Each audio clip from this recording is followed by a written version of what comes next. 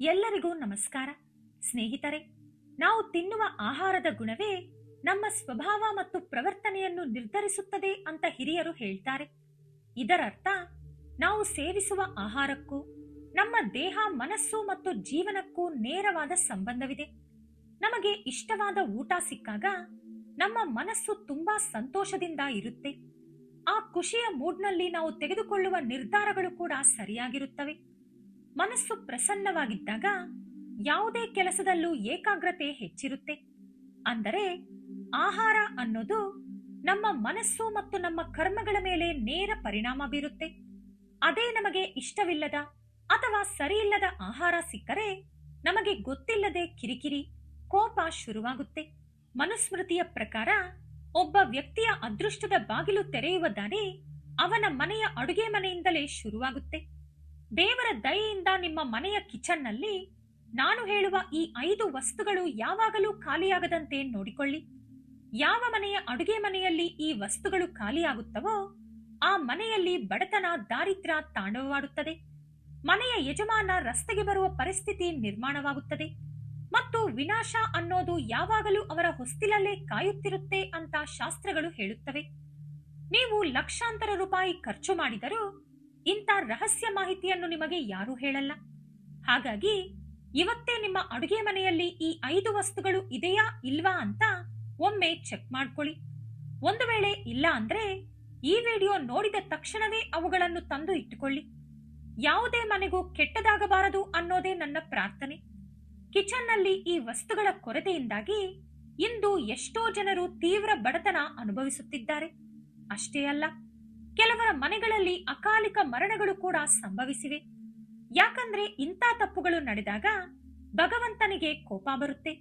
ಲಕ್ಷ್ಮೀದೇವಿ ಆ ಮನೆಯನ್ನು ಬಿಟ್ಟು ಹೊರಟು ಹೋಗ್ತಾಳೆ, ಮತ್ತೆ ಎಂದಿಗೂ ತಿರುಗಿ ನೋಡಲ್ಲ.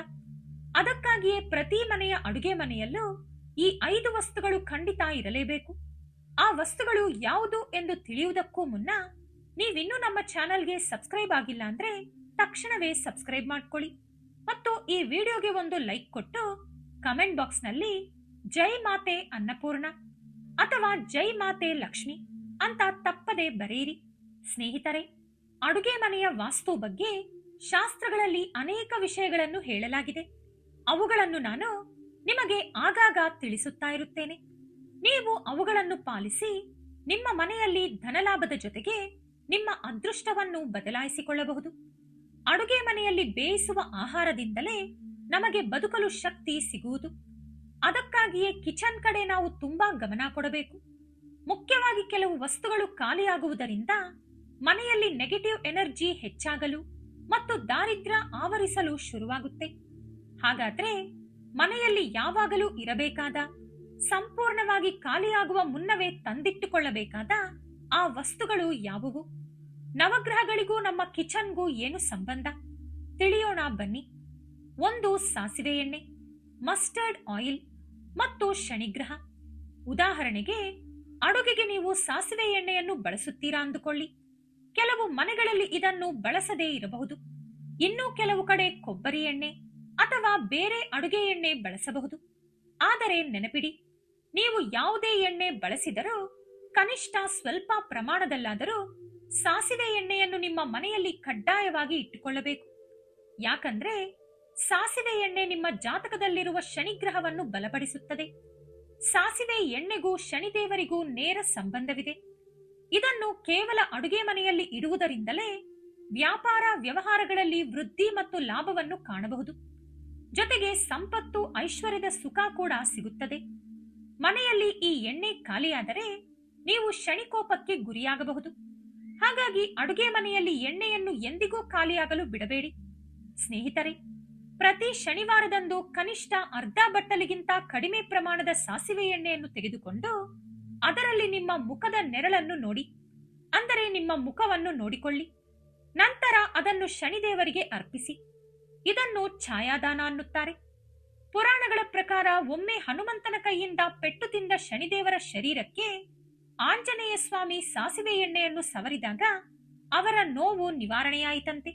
ಆಗ ಶನಿದೇವರು, ಯಾವ ಭಕ್ತನು ಶನಿವಾರದಂದು ಭಕ್ತಿ ಶ್ರದ್ಧೆಯಿಂದ ನನಗೆ ಸಾಸಿವೆ ಎಣ್ಣೆಯನ್ನು ಅರ್ಪಿಸುತ್ತಾನೋ ಅವನಿಗೆ ಶನಿದೋಷ ಮತ್ತು ಕಷ್ಟಗಳಿಂದ ಮುಕ್ತಿ ಸಿಗುತ್ತದೆ ಎಂದು ವರ ಕೊಟ್ಟರಂತೆ. ಅಂದಿನಿಂದ ಶನಿದೇವರಿಗೆ ಸಾಸಿವೆ ಎಣ್ಣೆ ಅರ್ಪಿಸುವ ಸಂಪ್ರದಾಯ ಶುರುವಾಯಿತು. 2. ಉಪ್ಪು. ಇನ್ನು ಎರಡನೇ ವಸ್ತುವಿನ ಬಗ್ಗೆ ವಿಶೇಷವಾಗಿ ಹೇಳಬೇಕಾಗಿಲ್ಲ, ಅದೇ ಉಪ್ಪು. ಉಪ್ಪಿಲ್ಲದ ಅಡುಗೆಯನ್ನು ನಮಗೆ ಊಹಿಸಿಕೊಳ್ಳಲು ಸಾಧ್ಯವಿಲ್ಲ. ಒಂದು ಚಿಟಿಕೆ ಉಪ್ಪು ನಿಮ್ಮ ಜೀವನದಲ್ಲಿ ದೊಡ್ಡ ಬದಲಾವಣೆ ತರಬಲ್ಲದು. ಅಡುಗೆ ಮನೆಯಲ್ಲಿ ಉಪ್ಪು ಸಂಪೂರ್ಣವಾಗಿ ಖಾಲಿಯಾಗುವುದು ಅತ್ಯಂತ ದೊಡ್ಡ ವಾಸ್ತುದೋಷ ಎಂದು ಪರಿಗಣಿಸಲಾಗುತ್ತದೆ. ಇದು ರಾಹುಗ್ರಹಕ್ಕೆ ಕೋಪ ತರಿಸುತ್ತದೆ. ಇದರಿಂದಾಗಿ ನೀವು ಅಂದುಕೊಂಡ ಕೆಲಸಗಳೆಲ್ಲ ಕೈಗೆ ಬಂದ ತುತ್ತು ಬಾಯಿಗೆ ಬರಲಿಲ್ಲ ಎಂಬಂತೆ ಕೆಡಲು ಶುರುವಾಗುತ್ತದೆ.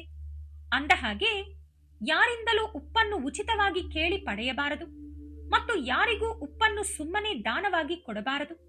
ಇದು ನಿಮ್ಮ ಜೀವನದಲ್ಲಿ ಸಾಲದ ಸಮಸ್ಯೆಯನ್ನು ಸೃಷ್ಟಿಸುತ್ತದೆ. ಆದ್ದರಿಂದ ಅಡುಗೆ ಮನೆಯಲ್ಲಿ ಉಪ್ಪು ಖಾಲಿಯಾಗುವ ಮುನ್ನವೇ ತಂದುಕೊಳ್ಳಿ. ಇತ್ತೀಚಿನ ದಿನಗಳಲ್ಲಿ ಜನರು ಸೈಂಧವ ಲವಣದ ಪ್ರಾಮುಖ್ಯತೆಯನ್ನು ಅರಿತು ಅದನ್ನು ಹೆಚ್ಚಾಗಿ ಬಳಸುತ್ತಿದ್ದಾರೆ. ಸಾಮಾನ್ಯ ಉಪ್ಪು ಬಿಳಿಯಾಗಿರುತ್ತೆ, ಆದರೆ ಸೈಂಧವ ಲವಣದ ವಿಷಯಕ್ಕೆ ಬಂದರೆ ಇದು ನಮ್ಮ ಶಿಸ್ತು, ಪರಿಶ್ರಮ ಮತ್ತು ಕರ್ಮಗಳನ್ನು ನಿಯಂತ್ರಿಸುವ ಶನಿಗ್ರಹಕ್ಕೆ ಸಂಬಂಧಿಸಿದೆ.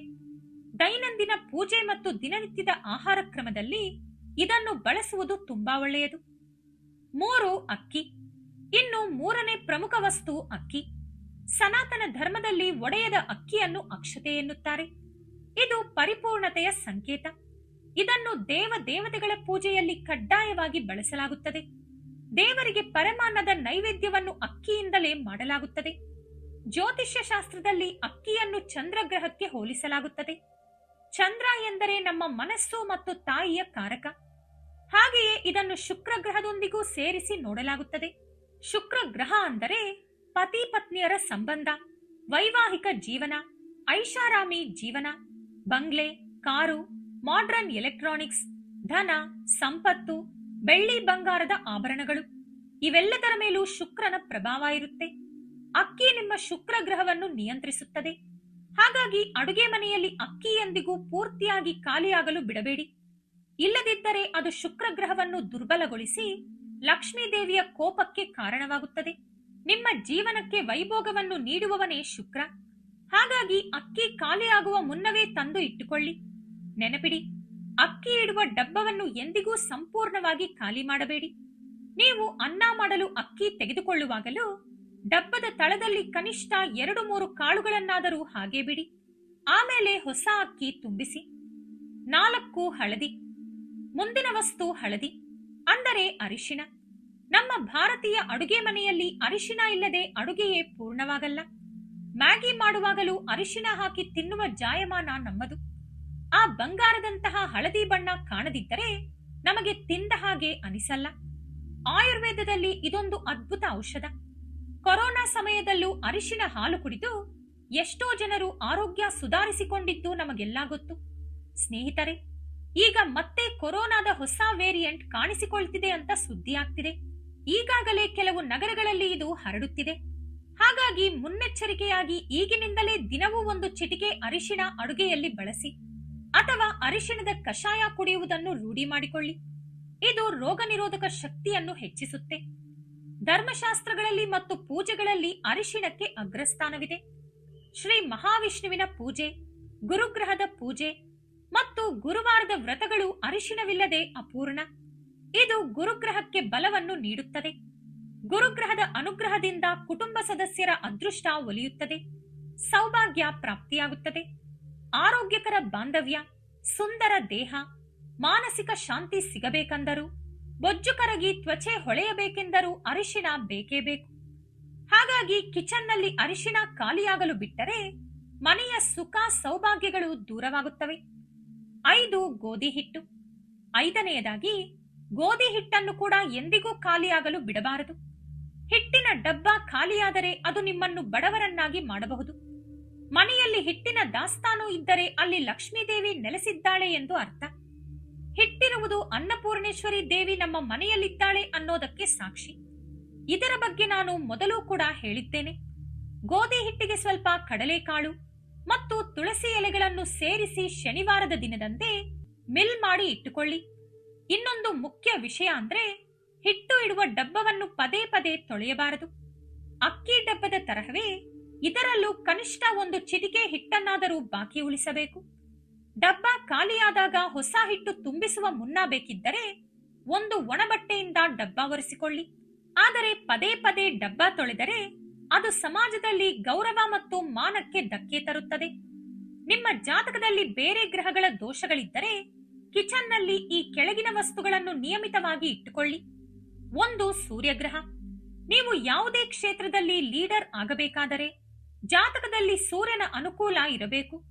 ಅದಕ್ಕಾಗಿ ಮನೆಯಲ್ಲಿ ಯಾವಾಗಲೂ ಗೋಧಿ, ಬೆಲ್ಲ ಮತ್ತು ಮಾವಿನ ಹಣ್ಣು ಇರುವಂತೆ ನೋಡಿಕೊಳ್ಳಿ. ಮಾವಿನ ಹಣ್ಣು ಎಲ್ಲಾ ಸೀಸನ್ನಲ್ಲೂ ಸಿಗಲ್ಲ. ಹಾಗಾಗಿ ಕನಿಷ್ಠ ಮಾವಿನಕಾಯಿ, ಉಪ್ಪಿನಕಾಯಿಯನ್ನಾದರೂ ಮನೆಯಲ್ಲಿಟ್ಟುಕೊಳ್ಳಿ. 2 ಮಂಗಳ ಗ್ರಹ. ನಿಮ್ಮ ಮಕ್ಕಳು ಶಾಲೆಯಲ್ಲಿ ಲೀಡರ್ ಆಗಬೇಕಾ ಅಥವಾ ನೀವು ನಿಮ್ಮ ಕ್ಷೇತ್ರದಲ್ಲಿ ಮುಂಚೂಣಿಯಲ್ಲಿರಬೇಕಾ? ಹಾಗಿದ್ದರೆ ಮನೆಯಲ್ಲಿ ಮೈಸೂರು ಬೇಳೆ, ದಾಳಿಂಬೆ ಮತ್ತು ಜೇನುತುಪ್ಪವನ್ನು ಯಾವಾಗಲೂ ಇಟ್ಟುಕೊಳ್ಳಿ. 3 ಬುಧಗ್ರಹ. ಮಾಡೆಲಿಂಗ್, ಬ್ಯೂಟಿ ಇಂಡಸ್ಟ್ರಿ ಅಥವಾ ಕಮರ್ಷಿಯಲ್ ಬಿಸಿನೆಸ್ನಲ್ಲಿ ಇರುವವರ ಮೇಲೆ ಬುಧನ ಆಧಿಪತ್ಯ ಇರುತ್ತೆ. ಇದರ ಅನುಕೂಲಕ್ಕಾಗಿ ಹಸಿರು ಬಟಾಣಿ, ಹಸಿರು ತರಕಾರಿಗಳು, ಹೆಸರು ಕಾಳು ಮತ್ತು ಜೋಳವನ್ನು ಮನೆಯಲ್ಲಿಟ್ಟುಕೊಳ್ಳಿ ಹಾಗೂ ಆಹಾರದಲ್ಲಿ ಹೆಚ್ಚಾಗಿ ಬಳಸಿ. 4 ಗುರುಗ್ರಹ. ಕಡಲೆಕಾಳು, ಕಡಲೆಬೇಳೆ, ಕಡಲೆ ಹಿಟ್ಟು, ಮೆಕ್ಕೆಜೋಳ, ಅರಿಶಿಣ ಮತ್ತು ಬಾಳೆಹಣ್ಣು ಯಾವಾಗಲೂ ಮನೆಯಲ್ಲಿರಲಿ. 5 ಶುಕ್ರಗ್ರಹ. ಮನೆಯಲ್ಲಿ ಆರ್ಥಿಕ ಮುಗ್ಗಟ್ಟು ಇದ್ದರೆ ಅಥವಾ ಚರ್ಮದ ಕಾಯಿಲೆಗಳಿದ್ದರೆ ನಿಮ್ಮ ಆಹಾರದಲ್ಲಿ ತ್ರಿಫಲ, ದಾಲ್ಚಿನ್ನಿ ಮತ್ತು ಕಲ್ಲು ಸಕ್ಕರೆಯನ್ನು ಸೇರಿಸಿಕೊಳ್ಳಿ. 6 ಶನಿಗ್ರಹ. ಕಪ್ಪು ಉದ್ದಿನಬೇಳೆ ಅಥವಾ ಉದ್ದಿನಕಾಳು, ಕರಿ ಮೆಣಸು, ಲವಂಗ, ಬಿರಿಯಾನಿ ಎಲೆ, ಕಪ್ಪು ಉಪ್ಪು ಮತ್ತು ಉಪ್ಪಿನಕಾಯಿಯನ್ನು ಬಳಸಿ. ಮನೆಯಲ್ಲಿ ಉಪ್ಪಿನಕಾಯಿ ಸಂಪೂರ್ಣವಾಗಿ ಖಾಲಿಯಾಗಲು ಬಿಡಬೇಡಿ. ಕನಿಷ್ಠ ಸ್ವಲ್ಪವಾದರೂ ಸ್ಟಾಕ್ ಇರಲಿ. 7 ರಾಹು ಮತ್ತು ಕೇತು ಗ್ರಹಗಳು. ಇವುಗಳ ಕೆಟ್ಟ ದೃಷ್ಟಿಯಿಂದ ತಪ್ಪಿಸಿಕೊಳ್ಳಲು ಮನೆಯಲ್ಲಿ ಹಾಲು, ಮೊಸರು, ಎಳ್ಳು ಮತ್ತು ಸಾಸಿವೆ ಎಣ್ಣೆಯನ್ನು ತಪ್ಪದೇ ಬಳಸಿ. 8 ಕಪ್ಪು ಉಪ್ಪು, ಬ್ಲ್ಯಾಕ್ ಸಾಲ್ಟ್. ಕಪ್ಪು ಉಪ್ಪನ್ನು ಚಾಟ್, ಮಸಾಲ ಮತ್ತು ಅಡುಗೆಯ ರುಚಿ ಹೆಚ್ಚಿಸಲು ಬಳಸ್ತಾರೆ. ಮಾವಿನಕಾಯಿ ಸೀಸನ್ನಲ್ಲಿ ಇದರ ಕಾಂಬಿನೇಷನ್ ಸೂಪರ್. ಇದು ಮಂಗಳ ಗ್ರಹಕ್ಕೆ ಸಂಬಂಧಿಸಿದ್ದರಿಂದ ನಿಮ್ಮಲ್ಲಿ ಉತ್ಸಾಹ, ಧೈರ್ಯ, ಪ್ರೇರಣೆ ಮತ್ತು ಸಕಾರಾತ್ಮಕ ಬದಲಾವಣೆಯನ್ನು ತರುತ್ತದೆ. ಇದು ನಿಮ್ಮ ಸಂಕಲ್ಪ ಶಕ್ತಿಯನ್ನು ಹೆಚ್ಚಿಸಿ ನೆಗೆಟಿವ್ ಎನರ್ಜಿಯಿಂದ ರಕ್ಷಿಸುತ್ತದೆ. ಸ್ನೇಹಿತರೆ, ಇವತ್ತು ನಾವು ಅಡುಗೆ ಮನೆಯ ವಾಸ್ತು ಮತ್ತು ಅದಕ್ಕೆ ಸಂಬಂಧಿಸಿದ ಗ್ರಹಗಳ ಬಗ್ಗೆ ತಿಳಿದುಕೊಂಡೆವು. ಎಷ್ಟೇ ಕಷ್ಟಪಟ್ಟರೂ ಮನೆಯಲ್ಲಿ ಅಭಿವೃದ್ಧಿ ಆಗ್ತಿಲ್ಲ ಅಂದ್ರೆ ಒಂದು ಬಾರಿ ನಿಮ್ಮ ಕಿಚನ್ನಲ್ಲಿರುವ ಈ ವಸ್ತುಗಳ ಕಡೆ ಗಮನ ಕೊಡಿ. ಇವು ನಿಮ್ಮ ಜೀವನದಲ್ಲಿ ಸುಖ, ಶಾಂತಿ, ಅದೃಷ್ಟ ತರುವುದಲ್ಲದೆ ಮೂಳೆಗಳ ಸಮಸ್ಯೆ, ಅಪಘಾತಗಳು ಮತ್ತು ದುರದೃಷ್ಟದ ಅಡೆತಡೆಗಳನ್ನು ಕೂಡ ದೂರ ಮಾಡುತ್ತವೆ. ನಿಮ್ಮ ದೇಹ ಮತ್ತು ಮನಸ್ಸನ್ನು ಶುದ್ಧೀಕರಿಸಿ ಆಧ್ಯಾತ್ಮಿಕವಾಗಿ ಬೆಳೆಯಲು ಸಹಾಯ ಮಾಡುತ್ತವೆ. ನಿಮಗೆ ಈ ಮಾಹಿತಿ ಇಷ್ಟವಾಗಿದ್ದರೆ ವಿಡಿಯೋವನ್ನು ಲೈಕ್ ಮಾಡಿ, ಶೇರ್ ಮಾಡಿ, ನಮ್ಮ ಚಾನೆಲ್ ಅನ್ನು ಸಬ್ಸ್ಕ್ರೈಬ್ ಮಾಡಿಕೊಂಡು ಬೆಲ್ ಐಕಾನ್ ಕ್ಲಿಕ್ ಮಾಡಿ. ಧನ್ಯವಾದಗಳು.